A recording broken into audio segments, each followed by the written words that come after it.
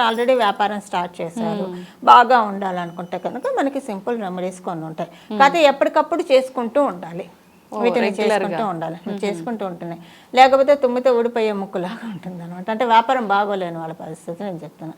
వ్యాపారం బాగా ఉంటే ఇంకా అభివృద్ధి కావాలంటే వాళ్ళ జన్మజాతకంలో బాగుంటేనే వ్యాపారం బాగా ఉంటుంది, అప్పుడు వాళ్ళకి ఇది ఇంకా ఉపకరిస్తుంది. అయితే దీనికి ఒక 3 రకాల పరిహారాలు చేసుకోవాలి. మొదటిది ఏంటంటే గురువారాన్ని పట్టుకోవాలండి.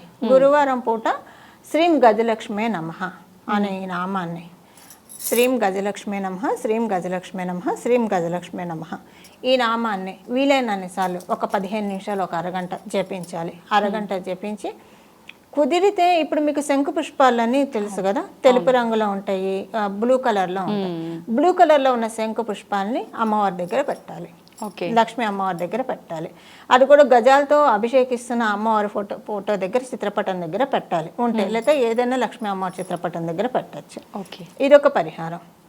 అలానే గురువారం పూట ఎవరైనా పుణ్యస్త్రీలకి, ముత్తైదులకి కనకాంబరం మాల ఇవ్వాలి, బొట్టు పెట్టి వాళ్ళని తల్లో పెట్టుకోమని చెప్పి వీళ్ళు పెట్టుకోవాలి, వాళ్ళకి ఇవ్వాలి గురువారాల పూట.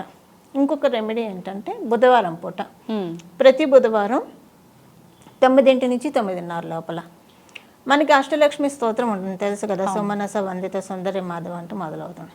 దాన్ని ఒక 8 సార్లు చదవాలి. ఆ స్తోత్రాన్ని ప్రతి బుధవారం 9 నుంచి 9:30 లోపల 8 సార్లు చదవాలి.